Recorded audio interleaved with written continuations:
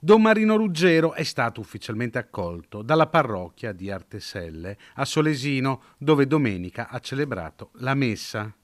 Don Marino era salito alla ribalta della cronaca nel gennaio del 2020, quando era stato invitato dalla diocesi ad affrontare un periodo di rivisitazione spirituale in seguito ad una presunta relazione sentimentale con una parrocchiana quando era sacerdote ad Albignasego.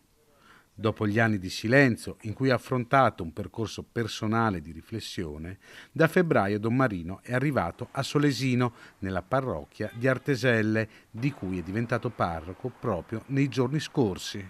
L'annuncio è stato fatto dal sindaco del piccolo comune della Bassa, Elvi Bentani, che ha mandato un messaggio di benvenuto a Don Marino.